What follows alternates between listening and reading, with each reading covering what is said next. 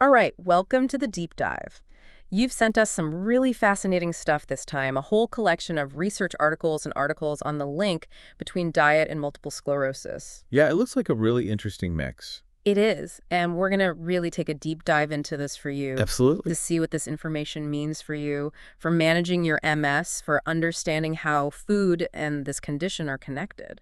And what really jumps out from the sources is the suggestion, the strong suggestion, that what you eat, your nutrition, can play a huge role in how you experience those MS symptoms Yeah. and potentially influence how the disease itself progresses. Yeah, that's really fascinating. It is worth pointing out, there are some varying viewpoints within conventional medicine, but despite that, a 2015 study actually showed that something like 30% of people with MS are already making changes to their diet Wow. as part of how they manage it. That's a big number, 30%. It is a significant portion. Yeah, so that really highlights that this isn't just some fringe idea. This is something that a good chunk of the MS community is already actively looking at. Absolutely. So in this deep dive, we're going to unpack these different dietary approaches that your sources talk about and try to really understand the science behind it all. Yeah, that's the key, isn't it? Yeah, and hopefully give you a clearer picture of how food and MS might connect. Okay. So let's start with some basics. What exactly is MS and why is inflammation such a key player in all of this? So the material you've shared describes MS, or multiple sclerosis, as a chronic inflammatory autoimmune disease. Okay. Now, in simple terms, basically what that means is your body's own immune system, Yeah. gets confused. It mistakenly attacks this protective covering around your nerve fibers. Yeah. It's called the myelin sheath. The myelin sheath, right? Yeah, and this myelin sheath, it's like insulation around those nerve fibers that's protecting them. Yeah. And it's in your brain, it's in your spinal cord. Yeah. And when that gets damaged, well, that can lead to a really wide range of symptoms. Mhm. Things like numbness, muscle weakness, sometimes even paralysis. Right. And problems with your vision. That's a whole lot to deal with. Yeah, it's a complicated picture, and your sources really emphasize that most people with MS experience inflammation, significant systemic inflammation Yeah. throughout the disease. So it's not just in one spot. No, it's No. throughout the body. Yeah. And so a major focus, a huge focus of managing MS becomes how to address and Yeah. reduce this inflammation. Makes sense. Yeah. Yeah. And what I thought was really interesting is that the sources go a little bit deeper than Yeah. just saying MS involves inflammation. They point to several potential culprits. The root causes. Yeah, that could be driving this whole inflammatory process. Yeah. We're talking about viral infections, All right. exposure to heavy metals, smoking, even things like childhood obesity, Okay. low levels of vitamin D, Right. and then, of course, that big one, unfavorable lifestyle, including a poor diet. Yeah, and so many people focus just on diet, Yeah. but it's this multifaceted thing. It sounds like diet isn't acting alone here. It really isn't. It's part of a bigger picture. Yeah. And it suggests that managing MS is not just about treating those symptoms as they come up, Right. but also about really trying to get to the root of it Yeah. and potentially addressing those underlying factors that are contributing to that inflammation in the first place. So that leads to this question. Yes. If inflammation is so central to MS, how can changing what you eat actually help manage it? That's the million-dollar question. Yeah. And the sources you provided, they lay out several really interesting ways Okay. that nutrition, targeted nutrition, can help. Okay. And first off, they talk about diet having this multifaceted anti-inflammatory effect. Okay. So it works in a few different ways. Got it. One is through how our cells function, Okay. our metabolism, Okay. and also by influencing the health of our gut, Her gut health, yeah. right, which we're going to get into a bit more detail later. Yeah. And what's really interesting is they talk about how diet can actually help restore a healthy balance of bacteria in your gut Okay. and even support the healing of the intestinal lining. That's huge. Yeah, especially considering how important the gut is for our immune system. Right. And then there's this whole idea of leaky gut. Leaky gut. I've heard of that. Yeah, where basically things can pass from the gut into the bloodstream. Oh, that doesn't sound good. No, it's not ideal, and it can really trigger inflammation and immune problems. Right. So it's like a cascade effect. Yeah, Okay. and beyond that, they talk about diet playing a role in regulating our immune responses Okay. and even helping with weight loss, Oh, right. which can itself be a positive thing for managing MS. Yeah, absolutely. Less stress on the body. It all ties together. Yeah. So it's not just one thing, it's like a whole chain reaction. Yeah, that's fascinating. of positive effects, all aimed at bringing down that inflammation and that autoimmune activity that's so central to MS. Yeah. Okay, so let's dive into some of these specific diets Right. that your sources are talking about. Okay. One that comes up is the paleo diet, and in particular, the Walls Protocol. I've heard of that. Yeah, have you? Yeah. So the Walls Protocol was developed by Dr. Terry Walls, Right. who's not just a researcher, but also lives with MS herself. Right. So she really gets it. Yeah, she's really in it. Yeah. And it's described as a grain and gluten-free approach Well, based on paleo principles. got it. And your sources actually point to a 2017 study published in the Journal of the American College of Nutrition Interesting. that found this protocol, this whole approach, led to improvements. Significant improvements. Yeah, significant improvements Yeah. in mood, in cognitive symptoms like thinking and memory, Yeah. and overall quality of life So across the board, for people with MS. that's great. Yeah, so if you've been, dealing with some of the emotional Yeah. or cognitive challenges that can come with MS, this way of eating might be something interesting for you to look into. Absolutely. Yeah. It's really important to keep in mind, though, that the Walls Protocol, as it's often implemented, usually involves more than just diet. Okay. It often includes stress management techniques Yep. and neuromuscular electrical stimulation as well. So it's kind of a multi-pronged approach, It is, yeah. but food seems to be a key part of it. Food's a big part of it, yeah. Your sources also talk about a gluten-free diet specifically. Okay, so no gluten at all. Yeah, and there's an anecdotal report mentioned, All right. but what's really interesting is a 2009 research study out of Israel Okay. that suggests that people with MS who have specific antibodies in their blood Okay. that react to gluten Got it. might actually see a benefit from cutting gluten out of their diet. It's not just everybody, it's a particular group. Right. Okay. And they also talk about the possibility of a genetic link Right. between MS or even other autoimmune conditions Right. and a higher likelihood of gluten intolerance. Interesting. In some individuals. So there might be a predisposition Yeah, in some cases. So for some people, this could be a really key dietary change to So this is consider where- a big one. Why do you think this gluten connection might exist for some people with MS? Well, it really underscores the idea that MS can show up differently in different people, Right? right? And what might be a trigger for one person Yeah. might not be for another. Yeah. And the presence of those gluten antibodies Yeah. could be a marker Okay.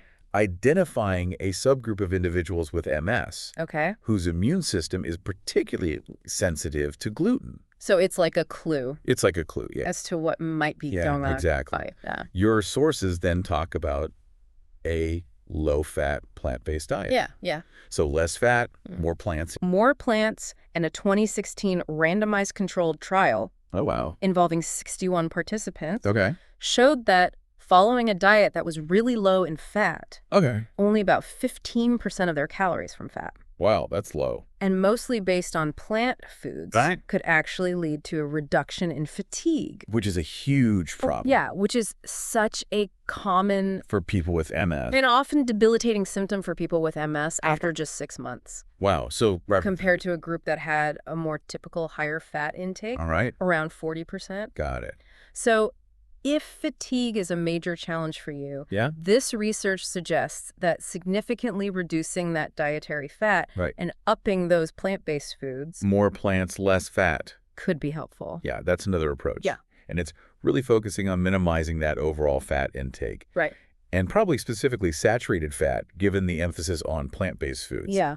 Then your sources talk about the impact of just more general healthy eating patterns. Right. So, and not necessarily a specific diet, Yeah. but just eating healthier overall. Right. And this part was based on a huge study from 2017. Okay, how huge are we talking? Nearly 7,000 people with MS. Wow. It was published in the journal Neurology. Right. And it found that those whose diets were rich in fruits, vegetables, legumes like beans and lentils, and whole grains. So the good stuff. Yeah, and lower in sugar, meat, and processed meats, they reported experiencing less depression, Okay, less pain, and less disability overall. that's interesting. And what's really important to note is that this study tried to account for other factors Okay, that could influence MS severity. like lifestyle and other things that might skew the results. Right. Okay. So the link to diet It is is. more compelling. It's stronger. Yeah. Because of that. Yeah, so this suggests that even those foundational shifts All right. toward a more whole foods, plant-centric diet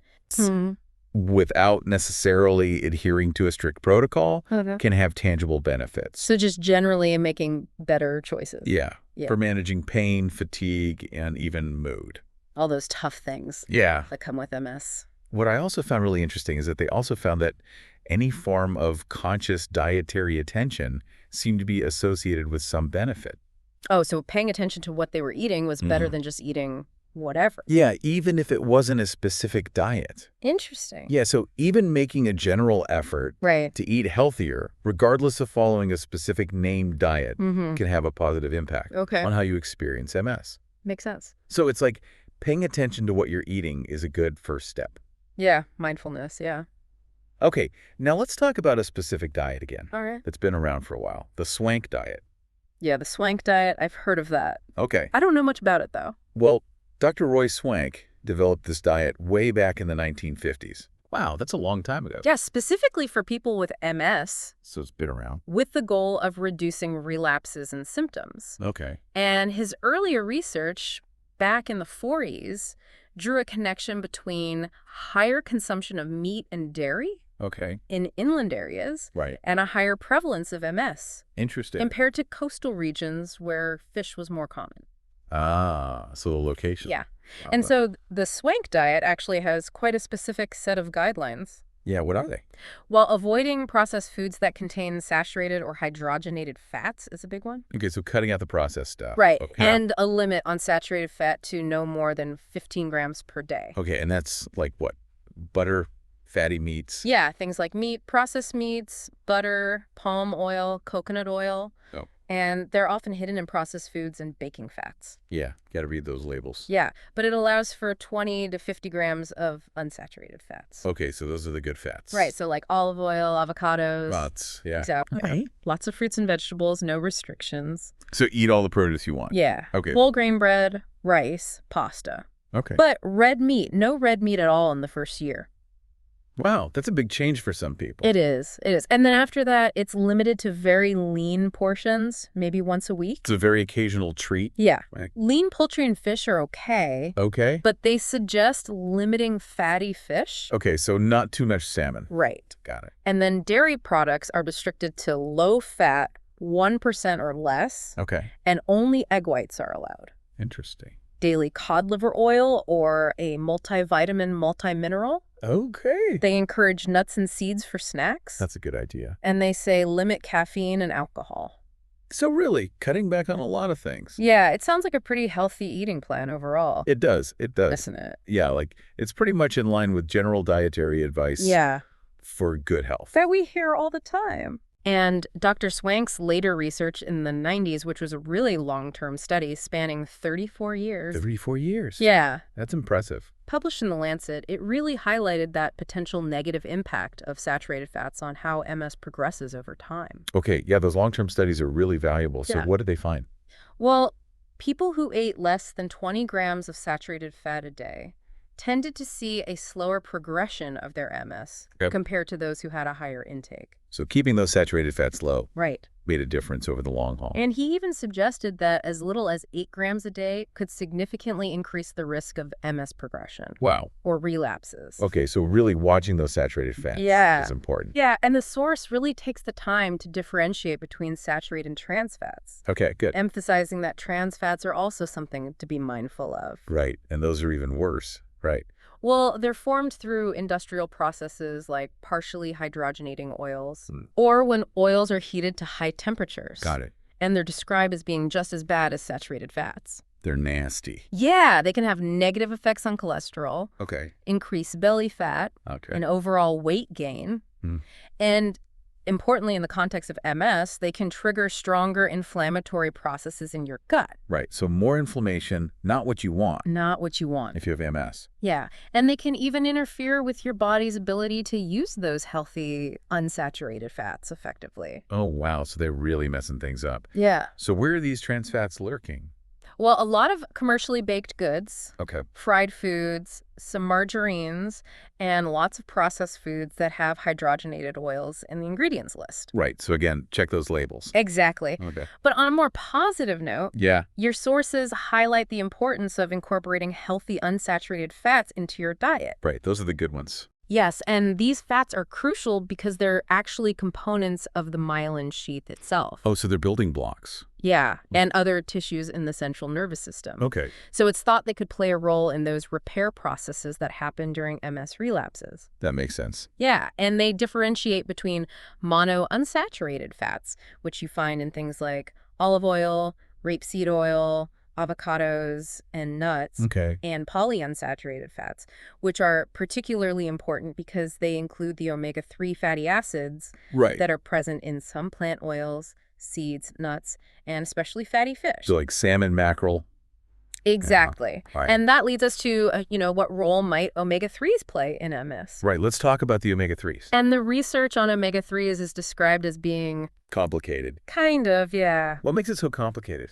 Well, your sources suggest that it's likely more beneficial to look at it holistically, to include omega-3s as part of a healthy dietary pattern. So it's not just about popping a supplement. Right. It's about the whole diet. Right. Yeah. However, a 2016 study suggested that the long-chain omega-3 fatty acids, EPA and DHA, which are found in fish or algae oils, Right.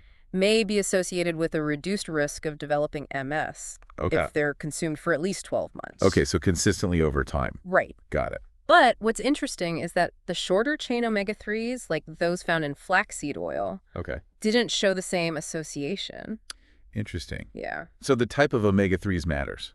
It seems to, yeah. Okay. So how are those long-chain omega-3s potentially beneficial in MS? Well, they have several really important properties. Okay. They're anti-inflammatory. Okay. They help to thin the blood slightly. Okay. And they also play a role in regulating the immune system. So kind of hitting all those key areas. Yeah, and what's really interesting is, healthy individuals, their brains typically have high levels of DHA, Okay. which is one of those long-chain omega-3s. Okay. And those levels tend to be lower in people with MS. So there could be a connection there. Possibly, yeah. Yeah. And another important point is that the typical Western diet often has a big imbalance Okay. with a much higher ratio of those pro-inflammatory omega-6 fatty acids Okay. compared to the anti-inflammatory omega-3s. Right. And omega-6s are found in things like sausage, meat, and sunflower oil. Okay. And they're precursors to substances that actually promote inflammation in the body. So we're getting too much of one and not enough of the other. Exactly. It's all about balance. And that imbalance, it sounds like a lot of us are contributing to that just through our diets. Yeah, unfortunately. Yeah. The sources also talk about something called postprandial inflammation. What is that? That's a good question. I had to look it up. Okay, good. It refers to that temporary increase in inflammation that happens after you eat. Oh, so every time you eat, you get a little bit inflamed. Yeah, and diets that are high in fat, animal products, salt, sugar, and those that have a high glycemic load, which means they spike your blood sugar really quickly. They can make this post-meal inflammatory response even worse. Okay, so the wrong foods make it worse. Yeah, but guess what? What? Omega-3s, a low-calorie diet, exercise, and antioxidants can help to dampen that inflammation down. Oh, so the good stuff again. Yeah. Okay, so it's about making those good choices. Yeah, it's not just about chronic inflammation. It's about what happens after every meal. Right, interesting. Yeah, now the sources get pretty specific about the negative impact of certain foods, particularly meat, dairy, and salt. Yeah, those are big ones for a lot of people. Yeah, and the concerns around meat and dairy go beyond just the saturated fat content. Okay, so there's more to it. Yeah, red meat in particular is mentioned as potentially accelerating MS through some other mechanisms. Oh, wow. How so? Well, it has a high iron content. Okay. And in some people with MS, high iron levels can actually promote inflammation. Interesting. Yeah, and then arachidonic acid, which is an omega-6 fatty acid found in meat, is highlighted as a precursor to compounds that promote inflammation. Okay, so it's like a domino effect. Yeah, and it can also activate those Th17 cells. Right, the immune cells. Yes, which are very active in driving the inflammatory processes in MS. So multiple ways that meat could be problematic. Yeah, that's a lot. So what about dairy? Well, they talk about proteins found in the fat content of milk called milk fat globule membrane. Okay, I'm not going to remember that. Yeah, or MFGM. Okay. And these proteins have a structural similarity to a key myelin autoantigen, which is a protein in the myelin sheath that the immune system attacks in MS called MyWARG.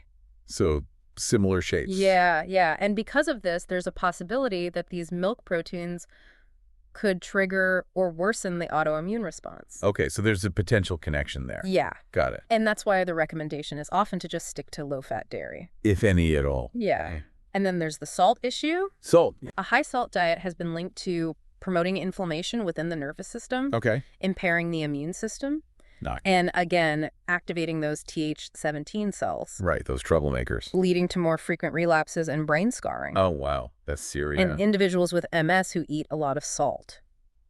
So watching your salt intake. Yeah, and they suggest just reducing processed foods, Okay. which are often loaded with salt. Yeah, hidden salt. Yeah. Yeah. So these dietary factors can have a really direct effect on the inflammatory and autoimmune processes happening in MS. Absolutely. Yeah. And, it's not just about what to avoid. Right. Your sources really emphasize getting enough of the vital nutrients your body needs. Yeah, what are those?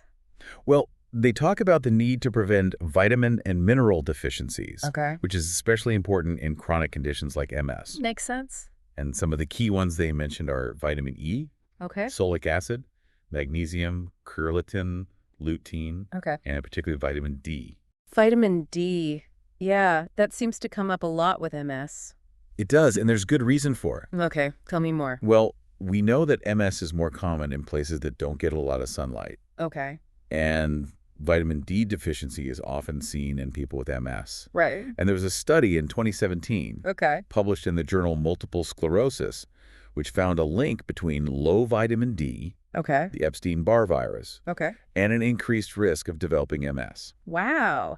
So vitamin D might actually help protect against MS. Well, it's possible. Okay. The study suggests that having enough vitamin D Yeah. might help the body control that Epstein-Barr virus Okay. and potentially lower the risk of MS. That's huge. Yeah, and vitamin D also plays a role in regulating the immune system, Okay. reducing inflammation, Right. and even weight management. So vitamin D is really important for overall health. It really is, yeah. Yeah, and it's hard to get enough from diet alone, right? Yeah, especially if you're not getting a lot of sun. So supplementation is often recommended. Yeah. But it's always good to talk to your doctor.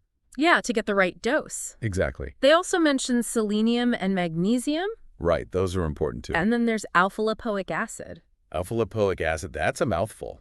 It is, but it's an antioxidant. Okay. And they suggest it might help slow down brain shrinkage. Oh, that's interesting. Yeah, which Yeah. can happen in MS. Okay. So it seems like it's this two-pronged approach, Yeah. avoiding the bad stuff and getting enough of the good stuff. Exactly. Good strategy for life in general. Yeah, yeah. And then there's this whole world of anti-inflammatory plant compounds. Oh, yeah. Let's talk about those. All right, so these compounds, Okay. they help to reduce oxidative stress in the body Okay. and neutralize free radicals, which are basically these unstable molecules that can damage nerve cells. Yeah, they're protecting the nerves. Yeah, and they're doing good things for the whole body. Yeah. Now, while taking high-dose vitamin supplements might actually overstimulate the immune system Okay. in someone with MS. Right, because their immune system is already overactive. Exactly. Yeah. Getting those vitamins and other beneficial compounds through food Okay. can be really helpful. So food is better than supplements in this case. It seems to be, yeah. Yeah. And fruits, vegetables,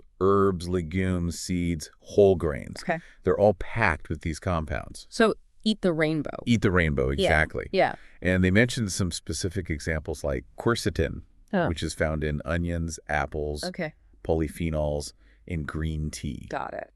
Isoflavones in soy products, Okay. resveratrol in things like cocoa and berries, Okay. curcumin from turmeric, Right. and hydroxytyrosol, which is found in olive oil.